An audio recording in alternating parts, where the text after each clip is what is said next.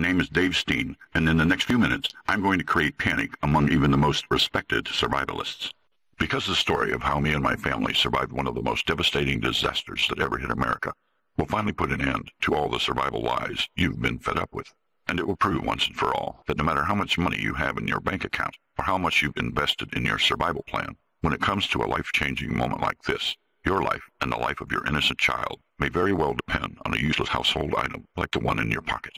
Like I said, I'm Dave Steen, and I've been a survivalist for over 30 years. You may have already read my articles on top survival websites such as The Grey Wolf, Survival Life, and Prepping Plans, or you've seen my warnings on news sites like The Blaze, WND, or Personal Liberty. Being an orphan, I had to make my way through life on my own. Nobody put food on my table, nobody helped me make a living, and nobody protected me from the harsh reality. That's why I've created this video, for all the Americans who are struggling financially, but still want to offer rock-solid protection to their families. So if you've ever thought survival was draining too much money from your pocket, or maybe your family doesn't understand why you waste money on prepping, or even thought about giving up because it was just too expensive, watch this short video until the very end, and you'll discover how a few mind-blowing techniques can slash your prepping costs up to 90% without compromising your survival plan. It's not about the money you invest. It's about what you can do right there, on the spot, with whatever you have on hand.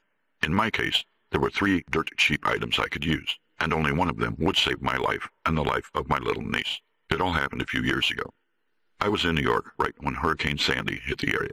On the 26th of October, the New York governor declared a statewide state of emergency. Panic buying had spread with the speed of light, and New Yorkers were now fighting to get the last loaves of bread and bottles of water, including my brother.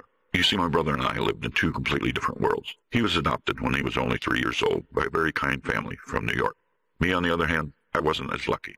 When we finally met 26 years later, we were both blooming young men living a good life, but with completely different backgrounds. That's why when Hurricane Sandy was about to hit New York, I rushed on the first plane there to help out my brother and his family.